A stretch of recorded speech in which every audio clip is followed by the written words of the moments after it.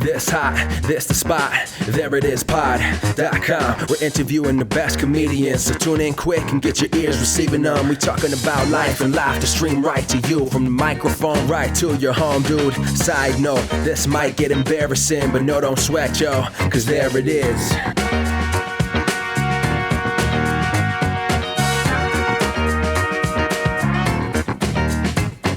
Welcome to the There It Is podcast, a podcast for creators of the comedy variety. I'm your host, Jason Farr. Let's do this. So glad to have you here. If you are listening on iTunes or SoundCloud, then please leave a review and also subscribe. And check us out on social media. We are on Facebook and Twitter at There It Is Pod. And you can find me at Jason Farr Jokes on Twitter.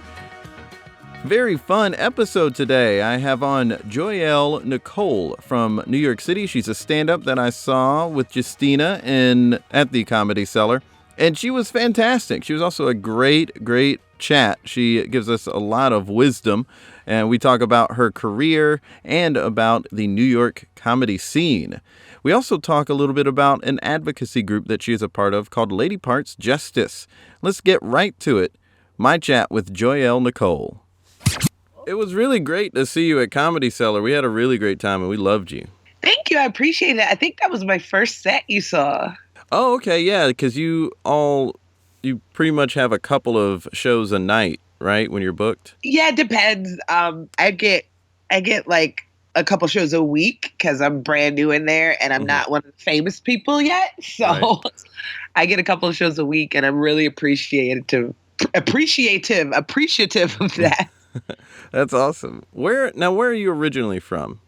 I'm a Jersey girl, born and raised in Union, New Jersey.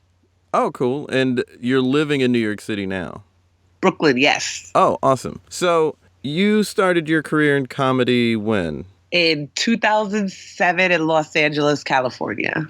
Okay. All right. From New Jersey, have been in comedy for 9 years now. But you started in L.A. and you're now in New York. So let's talk about how you did that. What drove you out to L.A.? I graduated from college. I went from Jersey to Boston for college. And when I graduated, my sister applied to film school. She applied to NYU and USC. And when she got into USC, I was like, yeah, I'll move out there with you. And so I moved out, and she started doing, her USC thing. And I started doing acting. But then I found myself at comedy clubs every week and then twice a week. And there was this comedy show on Wednesday nights that Kevin Hart was the host of. And everybody it was a sketch show. So they do sketches in between stand-up, and everybody in the group was a stand-up comedian. So from there, like when I joined it, the group disbanded a couple of months after I joined it because Kevin Hart had to go get famous. And everyone in the group was a comic. So me and this girl, Candace Thompson, just started doing open mics together. And that's how I started. That's really cool. Sounds like a very interesting structure for a show, too. So there would be sketching scenes and then stand-up? Yeah. And then another sketch and then stand-up? Yep, exactly how it went. Yeah, and then like somebody from the sketch scene would just do stand-up. Like everybody'd leave and the one person would stand up there sometimes. It was really cool. How much time would they do in between the scenes? Probably like 8 minutes. Wow. That's an interesting flow. How did that work with the flow? It worked really well. It was a really good show. It was great. I wish they could have continued it longer, but it served its purpose for me. Was Kevin Hart also in sketches, or was he hosting and coming back up? Oh yeah, for sure. He's definitely in the sketches. That's cool. I didn't know that about his career, and it's cool that yours overlapped with that. So what brought you back from LA over to this side of the country, to the East Coast? My whole first year of comedy, I just kept asking all the comics for advice. Every time I meet a comic, I'd be like, what's your advice to a new comic? And I met Chappelle my first year, and I asked him what his advice was. And he's like, I got 2 pieces of advice. He's like, first of all, don't listen to what anyone says, including me. And he's like, and with that being said, you should move to New York because the stand-up's better in New York, and yeah, you'll have a better pursuit of it. So I took his advice 2 years after that and moved back home to the East Coast. Yeah, I've heard that it's hard to start out in LA as a stand-up, and not just for career stuff, but just because there's so many suits and industry people in the audience. It's just not the funnest place to cut your teeth and grow. Not even that, but it's just you don't get lengthy enough stage time. Like, the sets out here, if you're doing them at a club, are sometimes 15 minutes, sometimes 20. You're not getting that in LA. If you're starting out, you're getting 3 minutes, 5 minutes, and then you'll get bumped by, somebody. Bill Burr was one of the first people to bump me out of a 5-minute set because he had to practice for a late night set. So it's like that's the type of things that'll happen in LA because all the big dogs are out there and everybody's out there with their careers. And so when you're starting, you're just kind of at the bottom of a huge barrel.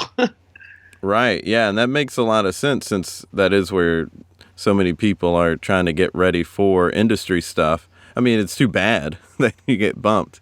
I just mean I can see why that happens and why New York is going to be the better place for you to go. So you move out to New York, and that was, around 2009, 2010? Yeah, that was the end of 2009. I took a little detour and was in Atlanta for a while, and then got up to New York in 2010. And how did that process go for you in getting into the thick of things in New York? It just went, you to open mics, you go to shows, you hang out. I've been hanging out at the Comedy Cellar probably since I moved here, so I know everybody there, and that's hanging out for me is as important as getting on stage, just because people need to see your face and need to know who you are and things like that. And I feel like that's part of how I got into the Comedy Cellar without having television credits, because I'm funny enough, but I also, am there a lot. So it's kind of like home for me. The transition, it went, it's been years since I've been here, and I've just been, gritting my teeth, going out and making friendships. So now that people take me on the road with them, which is awesome. Yeah. Right. So you are 9 years in. Where would you consider that? Are you a middler now, or are you a feature? What do you consider your career to be now in stand up?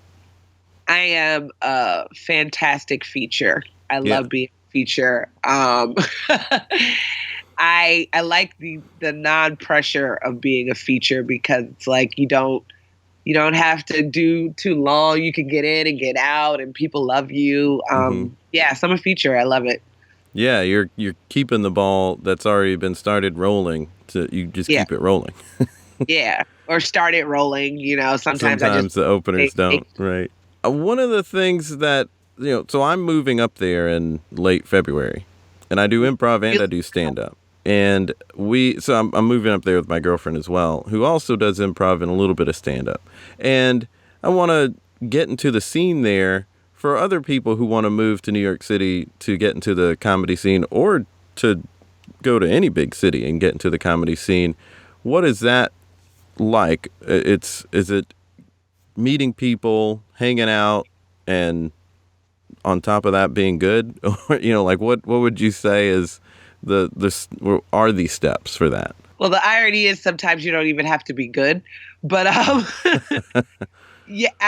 meeting people, hanging out for sure. Going to as many shows as you can a night. I mean, there's so many. When I first moved, I was going to 3 or 4 a night. I definitely do not do that as much anymore because I'm old and exhausted. But yeah, that's my advice. Meet people, hang out, find out where the good shows are. Knitting Factory on Sunday nights is one of my favorite shows. That was started by Hannibal Buress, and now it's continued by 3 of my really good friends. And that's one of the best places to hang out, because you get to know comics and you get to make friendships. And friendships are a huge part of this industry. You'll get jobs through friendship more than talent sometimes. Yeah, that's awesome. That's really good advice, especially hearing about Knitting Factory, because that was my next question, or what are some of the good rooms there? Because there are going to be plenty of places that are doing an open mic or something, but knowing the good places are really helpful. Yeah, Monday nights, Broken Comedy at Bar Matchless in Brooklyn is great. Knitting Factory is on Sunday nights.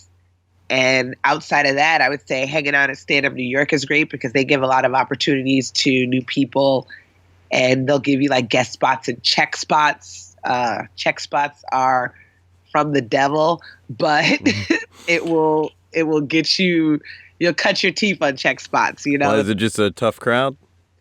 well, they're just not paying attention, so you have to fight. You know, it's a fight, and you'll earn your stripes as a comic, and you'll also get used to people not listening to you, which is great because then you get settled in that, and you realize that's the worst that can happen. I mean, if they don't listen, fine, and you just plow through. So, right. Well, that's one of the things I want to know more about is getting into that mindset of just powering through people not paying attention, but also keeping the right rhythm for the joke. So if someone who is listening and paying attention, they know, oh, they're funny, they're good, they got good stuff.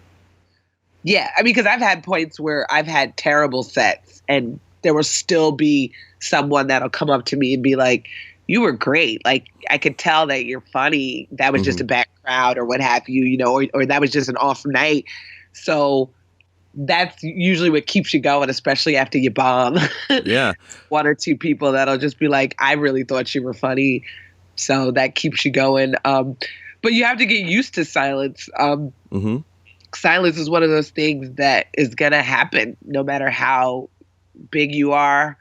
You know, I've seen some of my greatest people that I look up to go through silence in their sets, and it doesn't affect them because they've done comedy for so long. So it's like, I'm 10 years in at this point. I've dealt with a lot of silence. I mean, it could still jar me now, but I get through it. You know, you just get over it. And that's why you just get up as much as possible, especially when you're starting, because you have to get used to every type of situation. I've heard Chris Rock say that you'll never get away from bombing, no matter how big you get. No. And bombing's going to change. You know, like a Dave Chappelle bomb is not going to be a Joyelle bomb, and a Joyelle bomb, you know, it's like the bombs change. So what might be bombing for them is not going to be bombing for us. It might be the best that we've ever had, but yeah, you can't get away from it. And a lot of people ask me that as a comic. They're like, "Do you bomb?" I'm like, "We all do." And they're like, "What? Dave Chappelle?" It's your first time doing a joke. You know, you don't know how it's going to go. No, and that's what open mics are for. Usually, I don't do them anymore, but now what you'll do is you learn how to, you know, do your hot stuff up top, and then you work the new jokes in the middle. Oh, right, yeah. You know, because usually what'll happen is if you're having a conversation, another piece of advice I got that was really great is if you ever say something to someone and it makes them laugh, write it down because you could probably use it on stage. So that is good advice. Yeah, so through your conversation, talking to people, you're like, "Oh, I made that person laugh with this story I just told. So, hey, let me try it on stage." I'm wanting to get a little bit more, because one of the things I want to get better at is being able to do a set, and if it's not getting a good response, not having that stunned sort of reaction. I don't necessarily have that stunned reaction anymore, but you know that moment where you see somebody who has been telling a joke and it always kills, and then they tell that joke one place and it gets nothing from the crowd, and you see it in their face of like, oh, they get a little staggered, like they just got punched in the face in a boxing match or something. Yeah, or headlights. Right. And I'm trying to figure out, other than, of course, like, you just have to go up there and do it a lot, like, where's your head at in those moments to not have that look on your face? I think for me at this point, especially when you have time-tested material that kills more often than not, 8 times out of 10. So for those 2 times out of 10, I'm just like, oh, this audience just ain't feeling it. Like, they're just not here. And I don't know. I don't think I still have that facial expression, but I might. I don't know what my face looks like when I'm on stage. Right. So yeah, because I mean, it happens at the Cellar because when you're doing so many sets, one of them, if I do 5 sets in a week, one of them's gonna not be great. That's just the numbers game. So Right. And that's the thing about New York is that you're gonna do so many sets that you don't get used to either sensation, whether it's bombing or killing. You don't rely on either one. So it's like, yeah, I just had a great set, but I can go down the street in an hour and have a terrible set. So you kind of just are just getting used to just keep going up on stage no matter what the outcome is, because it's got to be all the outcomes. Yeah, that I bet keeps it pretty exciting too, though. Yeah, exciting is a word for it. So one of the things that I was really impressed by when we saw you at Comedy Cellar is just, for one, it just seemed like everybody could have been the headliner that night. But one of the things that I found interesting, and I don't know people outside of my town if this is gonna track with anybody, but one of the things I noticed was like the first person comes up after the host, and he was the only person who had notes, so it just seemed like, okay, maybe this guy is gonna be working on some stuff, and he had a strong set, solid set, but it did feel like, okay, this is opening up, we're getting the ball rolling. And then with every comic, it seemed like the set just got the ball rolling more and more and more, and it just kept ratcheting up. And at some point it was like, how could this ratchet up anymore? But then somebody brings it up even more. And I've just not seen a stand-up show of that nature where there are that many comics on it. I've seen it where there've been 2 openers and a feature and then the headliner, but I've not seen it where it was 7 people and no one was really the opener, and then you have this person who's a feature. It was 7 people. The last person is just being called the headliner because they're going last. And those shows did not have that kind of momentum going. Is there any sort of trick to that, or is that just because they're New York comics, so they're really strong? Well, you were at the Cellar. The Cellar is the best of the best. So that's everybody, like, that's all the great working people in comedy are at the Cellar, Mm-hmm. So they're all headliners. They are all headliners. And right. Like, I would definitely say I'm for sure the baby of that group, because all of these guys have been doing comedy for 15, 20 years. And that is a New York thing. All the comedy clubs in New York, with the exception of Caroline's and Gotham, have that same 5 to 6, 7 comics on a show, and everybody does 10 to 15 or maybe 20 minutes. Mm-hmm. And Caroline's has the headliners. The headliners go there, and they will bring a host and a feature and a headliner. That's the traditional comedy set that is around the country. But I think that is a New York thing, to just have comics back to back to back, just going up and doing their time, because you want to get as many headliners in as possible. Because if you're just doing headliners each night, that's way less comics to be able to get stage time. Yeah, it was fantastic. It was a really fun show. Yeah, it's the best club in the country, if you ask me. Cool. One of the things I wanted to talk to you about was, what is just the process of building a career in New York? If there is really a process. It sounds like it's... There isn't a process. Right, exactly. People do it every type of way. I honestly, you just have to get up as much as possible. I don't have a manager. So I've done all this on my own. And another piece of advice I've gotten was that your manager will find you. Okay. So if you're just getting up as much as possible, doing festivals are a good way to find a manager. Yeah. And other than that, just talking to everybody, seeing what they're doing, seeing what their process is, how they found their manager. And most people will just say the person came up to them after they did a set somewhere. Right. You've been able to rub elbows with some of the greats. What were some really special moments for you? Oh my goodness. One of the best moments was when I first met Chappelle, he did a 5.5-hour set at the Laugh Factory in Los Angeles. Mm-hmm. So that was amazing. That was what I call shit that I didn't know was on my bucket list to see. Another time, it was him, Chris Rock, Kevin Hart, Marlon Wayans, and Bill Bellamy all on stage at the Cellar, just trading stories back and forth and passing the mic. That was amazing. Wow, I bet. I've had a lot of really crazy experiences. I've flown in a helicopter with Chappelle. I've ridden on the back of his motorcycle. I was just at his house in Ohio for a party, and it was the most random group of people. Yeah.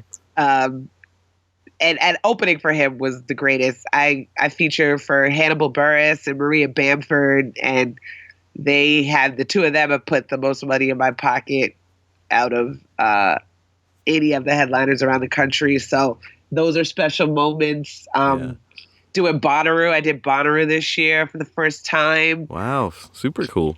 That was amazing. How much time did you do at that? How does, because it's mostly a music festival, right? So like, how much time do comics get? They have a comedy tent at Bonnaroo. So I did, I think, 3 or 4 shows, and you do about 15, 20 minutes each show. That's cool. Yeah. That's really nice. Good for you. That's cool. That's super exciting. That's really cool to hear. Yeah. And now I've turned it into a job, because I work for a women's rights organization that was started by one of the co-creators of The Daily Show, Liz Winstead. So she's amazing. She's amazing, and she's my boss. And Lady Parts Justice, we travel all over the country, and we do shows for clinic workers, and we do shows at political conventions, and it's literally my dream job. I'm the production coordinator, so we make videos, and we have rapid response. So now I can make people laugh, but also be socially responsible. That's really amazing and very cool.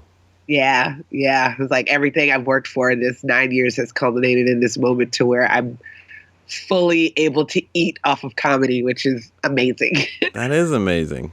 That's really great. So you've had all these years of doing comedy, and now it's taking you to advocacy. Yes. What in your background made you want to get into advocacy, and did you have any sort of training in that or education in that? No training or education. It's just the whole premise of wanting to do for others. One of my favorite quotes is Muhammad Ali saying that service to others is the rent we pay for our room on earth. And that's always resonated with me. My mother's a nurse. So I thought I wanted to be a doctor growing up, because I was like, I want to heal people. But then I was like, I don't want to take like chemistry. Like I didn't want to take all the science in college that you had to take to be a doctor. So I was like, I got to figure out something else. So I was a communications major, and now I'm a comedian and a yoga instructor. And I was like, oh, my purpose was that I wanted to heal people. It wasn't that I necessarily had to be a doctor, because there's other ways to heal people. Mm-hmm. And now I could do that. And the Lady Parts Justice kind of fell in my lap, but I don't think it did because of just universal energy and me putting out that I want to help. Like, I've always loved The Daily Show. I always loved George Carlin because of his social responsibility with his comedy.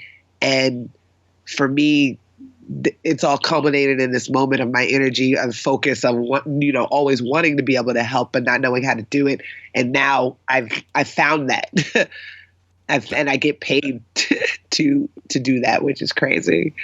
Yeah, that's amazing, though. That's really great. I want to talk some more about this. How does someone else, whether they're in comedy or not, find what their purpose is? Was it something that was on your heart and your mind for so long? Like, how did you make that connection? That's what I think. I think that's what it was. It was on my heart and my mind too, because comedy is a very selfish pursuit. All you're thinking about is yourself, me. And while I have that focus because I'm a comic, I always knew that there's something outside of me and I wanted to help. But when you're pursuing comedy, it's like, okay, I'm pursuing comedy, but I'm also waitressing. So you just don't really have time sometimes to figure out, how can I help? Can I volunteer? Can I do something? And so when the opportunity came to do a show that was a benefit for Lady Parts Justice, when it was just a concept, when Liz just had the thought about it, she did this fundraiser 3 years ago, And a friend of mine was like, would you want to be a comic for this fundraiser for this organization? And I was like, hell yeah, I'd love to do comedy for a cause. And then from then on, Liz was just like, let's have meetings at my house on Sundays, and whoever wants to come can come. And that was 3 years ago. And last year we got funding. So now it's a full-time job. So I was volunteering for 2 years of my life, just knowing that it served me a purpose to volunteer it, and now it turned into a job. So it's like, yeah, that was something that was just on my heart. And I think if it's something you're thinking about all the time, it's going to come to you, you know? Mm-hmm. And I was one of the lucky people that it came to me. I read or heard about a study that was saying that laughter really helps people who are like cancer patients and different kinds of people, just because it gives them such a good outlook. And then there's also certain things that just the body releases when you laugh, and you get more oxygen to the brain, and it can Endorphins. Yeah, you get all these good things from laughter. So I do think laughter is part of a healing process. Oh, for sure. That's been scientifically proven. It's definitely healing. And just the look on people's faces when you do a show, like you come off stage and somebody comes up to you and just has this huge smile on their face. And Yeah. I've been told, I was having a bad day until I came to this show and I saw you talk about, whatever, like if I talk about my dating life or whatever, some girl in the audience will be like, I was sad because my boyfriend broke up with me, but you made that joke about dating and it made me feel better, Those moments are so I've never had a moment like that, I don't think, but just the smiling faces are just so heartwarming. Yeah. It's such a great thing to see. It's very much a give and take. They're smiling and it makes you smile, and then now you're both smiling. We're all smiling. It's all a good thing. Yeah, it heals us as much as it heals them. Right. Especially since comics are very damaged people for the most part. It does. I hear that. And I guess, I guess everybody is damaged to a certain degree. I don't know anyone who's just had such a perfect life. Well, no, I do. But I was about to say, I do. I know plenty. There's certain people who definitely don't have anything to complain about, and they don't have anything of value to complain about when they do complain. We're colored. Right. Very true. Well, I feel like we've reached the end of the podcast, and now is the time for us to create something together. I don't know what that could be. Maybe it could be an advocacy group, or, finding what my purpose is, or working on a joke. What would you want to do? Where do you live? I live in South Carolina currently. Oh, I'll be in North Carolina at the end of the month. Oh, where? Charlotte, Asheville, and Raleigh. Okay, I'm close to Asheville. I'm cool. An hour away. Where are you going to be performing? Asheville will be at the Great Eagle on October the 30th. Okay. We'll be in Charlotte at Visualite on November the 2nd. And then we'll be in Carborough, North Carolina on November 3rd at Cat's Cradle. Okay. So yeah, those are our upcoming tour shows to get out there and do some advocacy. So we'll be down there at the clinics in that area doing some escorting, throwing parties for the clinic workers, because a lot of clinics in United States are under attack. They're super under attack from the anti-choice people, and our biggest thing is just to make them feel good, because nobody makes them feel good. Nobody says thank you to them. No one ever comes to them to give their appreciation for the work that they do, and they're risking their lives. Some of them have to walk into work with bulletproof vests on, and that's not the world we should be living in 2016. No. It's very archaic. Even if you disagree, even if someone's like, well, I'm not pro-choice, I'm pro-life, okay. Why would you shoot somebody then if you're pro-life? Yeah, that they don't understand the hypocrisy. They do not understand the hypocrisy of it all. And I'm one of those people that's like, I'm willing to get shot for this because it's ridiculous, And I understand now how our people felt in the civil rights movement, because they're trying to take our rights away. They really want women to be in back alleys again, having abortions, and that's not that's not right, because honestly, I really believe if men could get pregnant, abortions would be available at ATMs. So it's just all about shaming and shunning women. So Well, I mean, this week was the week of that hashtag repeal Amendment 19. can you, and some women were even tweeting about it. It's just like, come on. It's unbelievable. This election cycle is just It's the worst. baffling. I'm not sure. I didn't look too much into that tweet. I just heard about it and was like, oh, that's pretty messed up. But I wasn't sure if it was one of those times where a very small group of people, like a dozen people, were the ones who originated it, and then a bunch of people started talking about it because they thought it was ridiculous, and that's why it got attention. But because that's happened before, but I wasn't sure if that was this case. Do you know? I think it was that, but the fact that it was started, it was started by somebody who said that we should repeal the 19th, and it's like, fuck you. Yeah, I don't know how that's a person living in today's society. I just don't know. Ava DuVernay's new documentary 13th is really good about the 13th Amendment and the clause in it about, we freed the slaves, but you can still be a slave if you're considered a criminal in this country. And that's the new slavery that we have. And when you have, things like voter ID laws and things like that, where they're trying to reverse everything. They don't want anybody to be able to vote except for white men. That's basically the premise behind all of this hatred that's going around. Like they want to be able to make all the laws, and it's just like, okay, well, that's not the case. There's other people in society. Oh yeah. So you asked, we got on this train of thought because we were trying to figure out something we could do, and you said, "Where are you from?" And I said, "South Carolina." I didn't know where you were originally going with. Oh no, I was just wondering where you're from. Okay. What city in South Carolina? I'm in Greenville, South Carolina, which is the upstate. Okay. And it's becoming a thing now. Well, there have been a few publications like USA Today and a couple of other big publications that have talked about us and said we have a nice city, which is nice. We do. Nice. We have a nice city. Good. That's good. Is it red or blue over there? It's red, right? The state is very red. Greenville and Charleston in South Carolina are probably more purple. Right. Yeah. Like Asheville's one of those like blue oasis. Yeah. The middle of I think Charlotte went blue the last couple of election cycles for president. I'm not positive. And Charleston went blue for President Obama. So. Oh, that's awesome. Yeah. So what can we create? What do you usually create with people? Well, I've done with one comic named Mia Jackson. We went over a joke. I love Mia. Isn't she great? Yes. That was so fun. I'm glad you two know each other. The world feels like a better place when great people know each other. Yes, it does. It does. I love that. That's so cool for me. So there's that. There's like coming up with a joke or helping me punch up a joke. So it's kind of whatever the guest would really like to do is what usually I try not to force anything onto the guest. I know, because I'm put on the spot here, and I'm not sometimes good on the spot. Oh, that's fine. I mean, one person taught me how to beatbox because she's a beatboxer for North Coast, which is an improv hip hop group in New York City. Oh, cool. Yeah, I need to practice. I'm not good at it. So, I'm sorry, Kayla, if you're listening. So I have an idea for a joke that came to me yesterday.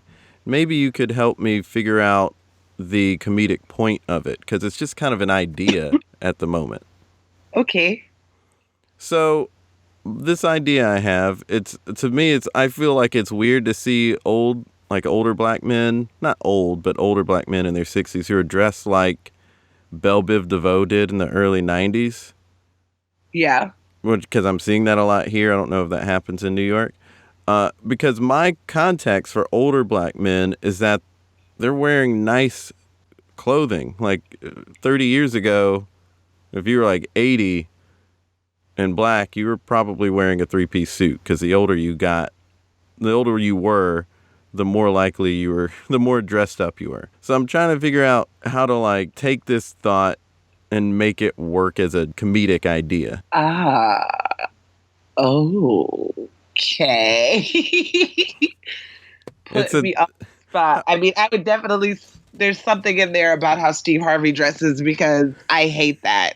I, I hate that type of because I'm more into the tailored European look. I don't like those big palazzo pants that black men wear in suits. I can't stand it. that Gators. is happening now too. Yeah. Yeah, and then the colors get crazy. They're getting into these pastels and Yeah, he got away from the pastels at least, but yeah, other people, he influenced a lot of people to go into the pastels. oh my goodness. And so yeah, that is just not that's not a way to have sex with me. But I don't I don't know who that's for though. I don't I guess a church girl? I don't know who that's for. And That is when I see it in South Carolina. That is where I see, it's like someone who's going to church. That's where I'm seeing pastel colors. yeah, Easter Sunday, Easter egg, you Yeah. look like an Easter egg for Easter Sunday. Yeah, that's I that's all I got for that is no to Steve Harvey suits. How do you, when you have an idea, how are you processing that into a more structured joke? I think now that I'm far enough in, I can tell what's gonna be funny, you know. There's obviously only one way to find out is to do it on stage. But like I said, because I recently had a situation, I might have told this joke when you saw me was about giving my number to this dude, and I found out he was a Crip. Yeah, you told that one. Through text, yeah. And so that's the type of thing where it's like, okay, this is ridiculous. So where's the funny in here? Okay, the funny is that it's just telling the story. And Yeah. I'm so much more of a storyteller now. I wouldn't say I'm the joke person. Okay. I'm a storyteller. And I find the funny in the story. With whatever the funny beats are, and that just comes with getting on stage and figuring it out, but also having conversations with your friends and retelling the stories to them, and then finding out where they're laughing and just put that directly onto the stage. Okay. Yeah, That's a good process. Do you find yourself doing a lot of your honing on stage? Yeah, for sure. I've gotten into the habit of that the last several years because I'll have an idea like this one, and in this sort of moment where I'm bouncing it off people, it's like, okay, I guess you could go here, you could go there. But when I go on stage at our open mic, that's when I'm able to see where people laughing, and then I go into a direction, and then ideas come to me then that don't come to me when I'm sitting down trying to hash out a joke. Right, yeah, because you get into a flow. Yeah. Oh, and that flow is something that can only happen after you've been doing it for a certain amount of time. Some people get their flow earlier than others. I say there's tortoises and there's hares in this game, and some people. I'm a tortoise. Hannibal, Chappelle, those are hares.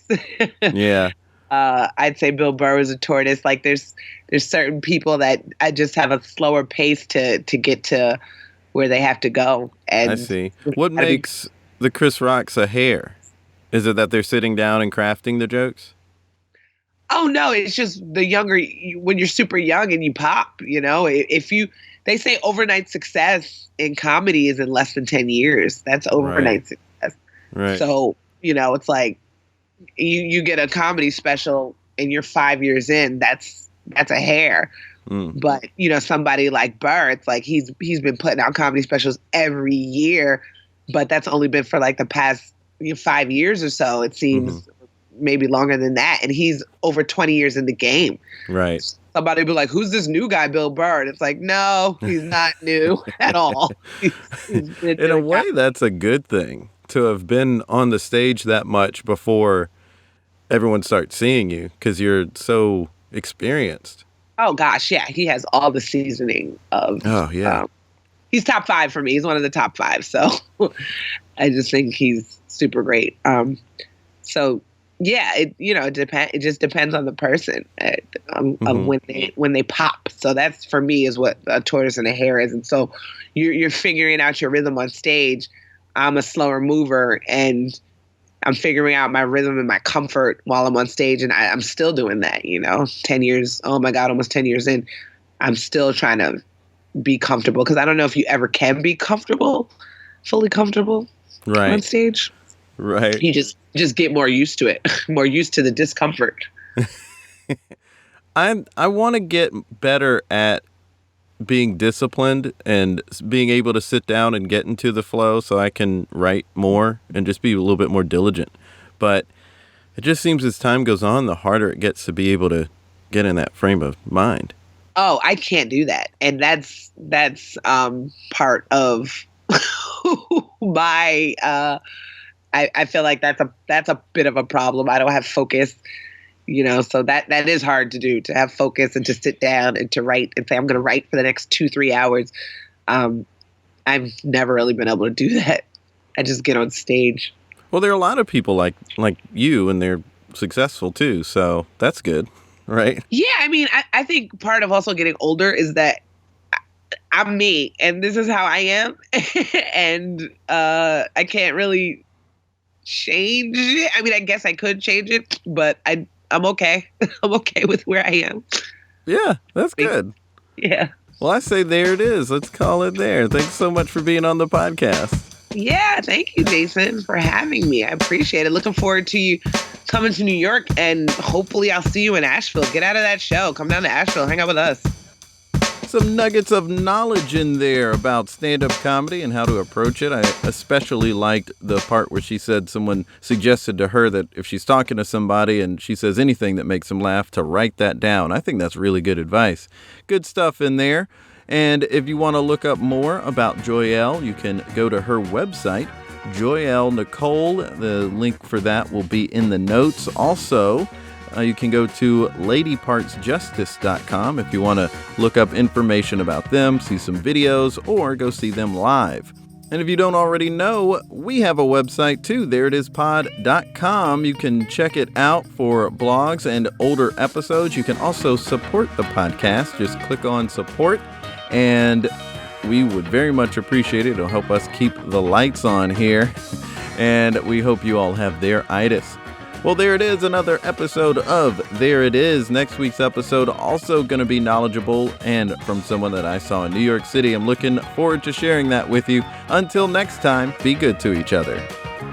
The music for the theme song was created by Neil Brooks. The rap was written and performed by Nick Acevedo. The logo for There It Is was created by Jeff Prater. The There It Is podcast is produced by Jason Farr.